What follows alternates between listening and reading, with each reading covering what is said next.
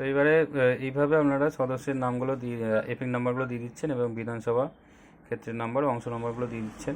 তো তারপরে 12 নম্বরে রয়েছে বিভাগ, অর্থাৎ আপনাদের শ্রেণী, যেটা general, UR, EWS, SC ST, OBC, যেটা আপনাদের শ্রেণী সেটা আপনারা উল্লেখ করে দিচ্ছেন এখানে। ঠিক আছে, তারপরে রয়েছে রেশন কার্ড বা খাদ্য ভর্তুকি। তো পরের পেজে আমরা চলে এলাম। আপনার কি ডিজিটাল রেশন কার্ড আছে? যদি থাকে ইয়েস করবেন, হ্যাঁ অথবা না। তো থাকলে কার্ডের ক্যাটাগরি দেখবেন, কার্ডের মধ্যে লেখা আছে ক্যাটাগরি, AY PHE জি ক্যাটাগরি আছে আপনারা দিয়ে দেবেন। তো রেশন দোকান থেকে আপনারা যদি মাল তোলেন তাহলে হ্যাঁ লিখবেন অথবা না লিখবেন। ঠিক আছে, তো এবার সম্পদ, আপনাদের কি সম্পদ আছে? বাড়ি, ধরুন বাড়ি আপনার কি পাকা বাড়ি কি কাঁচা বাড়ি এখানে আপনার রয়েছে। আপনার বাড়িতে কি 3 বা তার বেশি পাকা ঘর আছে? যদি থাকে হ্যাঁ লিখবেন আর না লিখবেন। এবার পারিবারিক জমির মালিকানা, যদি আপনাদের জমি থাকে তাহলে হ্যাঁ লিখবেন অথবা না লিখবেন। ঠিক আছে, তো এখানে রেজিস্ট্রেশন নথি, মিউটেশন কপি এবং ROR হালনাগাদের তারিখ সহ সর্বোচ্চ জমি রেকর্ডের কপি। তো এখানে যদি হ্যাঁ লেখেন, জমি যদি থাকে, তো এখানে কিন্তু আপনাকে রেকর্ডের কপিগুলো এর সঙ্গে অ্যাটাচ করতে হবে। তো এরপর হচ্ছে পরিবারের সকল সদস্যের মোট জমির পরিমাণ কত শতক, সেটা লিখে দিতে হবে।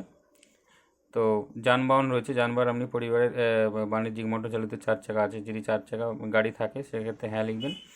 ঠিক আছে, আর যদি তার না থাকে না লিখবেন। তো গাড়ির ক্ষেত্রেও যদি গাড়ি, জিপ, ট্রাক্টর অন্তর্ভুক্ত করুন, যদি হ্যাঁ হয় মডেল।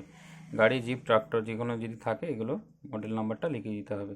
এবার পরিবার ভিত্তিক সদস্যদের স্বাস্থ্য বিমা, যদি স্বাস্থ্য বিমা যদি করা থাকে কিছু, মানে যেটা হচ্ছে হেলথ ইন্স্যুরেন্স, সেটা যদি করা থাকে তাহলে হ্যাঁ লিখতে হবে, যদি না থাকে না লিখে দেবেন।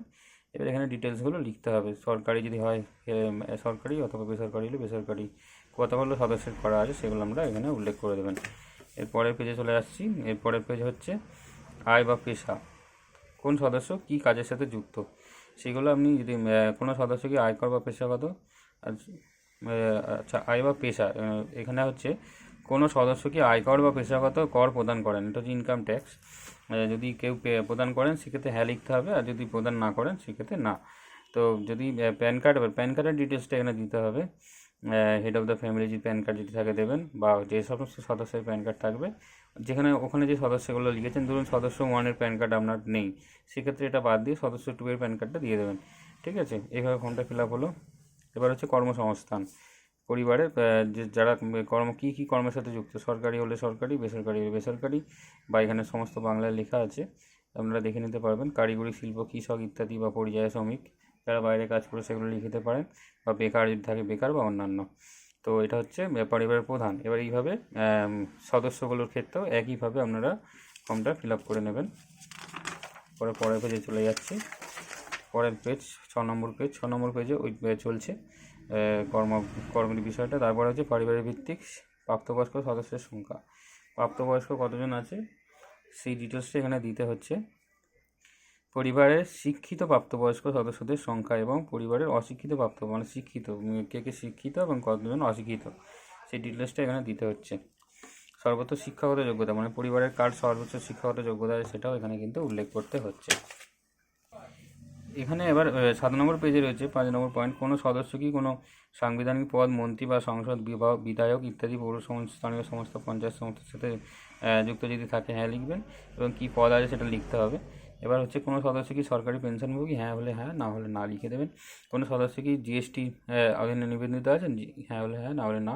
তারপর হচ্ছে পরিবারের মোট বার্ষিক আয়, পারিবারিক আয় লিখতে হচ্ছে এখানে, মানে আপনার পরিবারে যতজন সদস্য আছে ততজন সদস্যের যে একটা পারিবারিক আয়, তাদের ইনকাম প্লাস ধরুন আদার্স ইনকাম যে সমস্ত থাকে, ধরুন চাষবাসের জমি আছে সেখান থেকে ইনকাম আসছে, টোটাল যে ইনকামটা সেই ইনকামটা কিন্তু এখানে বার্ষিক আয়টা কিন্তু লিখতে হচ্ছে। এরপরে হচ্ছে সিএএ আবেদনের বর্তমান অবস্থা যদি থাকে, মানে কেউ যদি সিএএতে আবেদন করে থাকেন তো সেক্ষেত্রে এই আবেদনটা লিখতে হবে। তো যে আবেদন করছে সেক্ষেত্রে লিখবেন, যদি কেউ আবেদন না করে প্রযোজ্য নয় লিখে দেবেন, সেক্ষেত্রে প্রযোজ্য নয়। যদি আবেদন করে থাকে তাহলে আবেদন করা হয়েছে, আবেদনের নাম্বারটা এখানে কিন্তু উল্লেখ করতে হবে। এরপরে 8 নম্বর পেজে চলে এলাম, যে অন্যান্য কিষাণ ক্রেডিট কার্ড যদি থাকে, বা মৎস্য ক্রেডিট কার্ড, বা এরকম কিছু ক্রেডিট কার্ড যদি থাকে, কিষাণ ক্রেডিট কার্ড যদি থাকে সেক্ষেত্রে সেগুলো উল্লেখ করতে হবে। পরিবারের প্রধানের যদি থাকে কিষাণ ক্রেডিট কার্ডের নাম্বার দিতে হবে, আইডি সংখ্যা, যে তারিখ কিছু করে দিতে হবে। এইভাবে সদস্যদের কোনো সদস্য যদি থাকে সেক্ষেত্রে লিখতে হবে, আর যদি না থাকে সেটা ফাঁকা রেখে দিতে হবে।